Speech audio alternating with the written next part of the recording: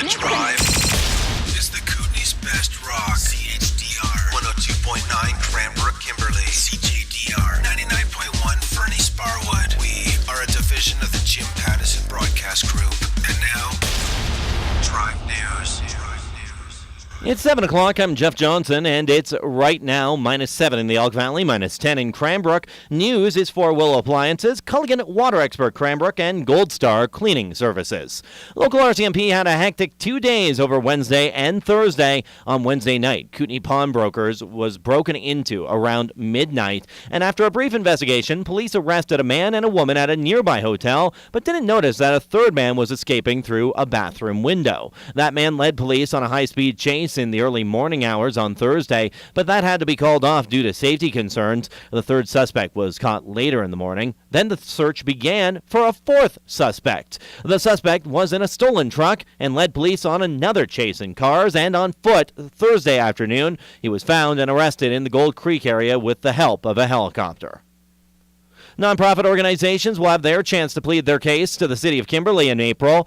Kimberley Council has set a date for their community involvement meeting for the Community Initiatives and Affected Areas Program funding. The City of Kimberley will give 30 community groups 3 minutes each to present why they should receive some of the funding set aside by the Columbia Basin Trust. While the funding is provided by Columbia Basin Trust, the decision on which community group receives the over $90,000 in funding comes down to Kimberley City Council. The community involvement meeting is set for Wednesday, April 15th in Council Chambers at City Hall. It will get started at 6 p.m.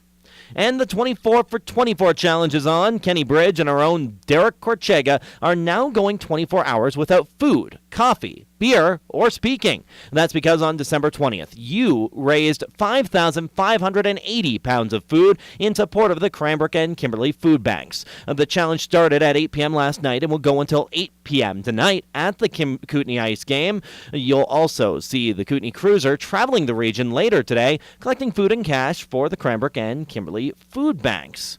Now, Derek had some things he wanted to say about this great fundraising initiative, but he can't speak right now, so that's kind of out the window. Derek and Kenny will also be at the ice game tonight, collecting cash and non-perishable food items before the game. Sports is for Park Place Lodge and Gold Star Cleaning Services. Let's start with the Kootenay Ice, who will be starting their longest homestand of the season tonight as they host the Regina Pats. It's the first of 7 straight home games for the club, who have won their last 3 at home. Tim Bozon has 6 goals in his last 4 games and now has scored 50 goals with the Ice in 85 career games.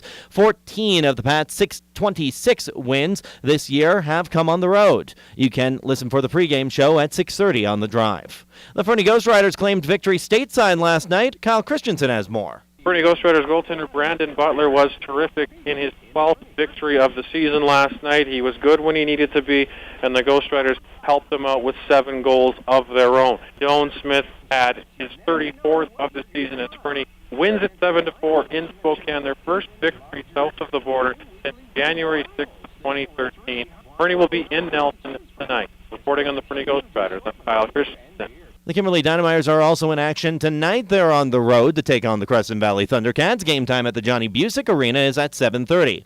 And a look at the NHL last night. Plenty of action on the ice and plenty of Canadian teams on the ice as well. Let's start with Calgary, who lost in a 1-0 shutout against Minnesota. Edmonton actually got a victory, 3-2 over Buffalo. Montreal beat the New York Rangers 1-0. Philadelphia won 5-2 over Winnipeg. And Arizona won over the Toronto Maple Leafs 3-1 was the score there. Dallas also got the win over Ottawa, doubling them 6-3 in that game. The Drive weather, today cloudy with a high of 0, overnight partly cloudy and a low -7. Saturday cloudy with a chance of snow, high of -1. Sunday chance of snow again, high of 0. Right now it's -7 in the Elk Valley, -10 in Cranbrook. I'm Jeff Johnson. It's 7:05.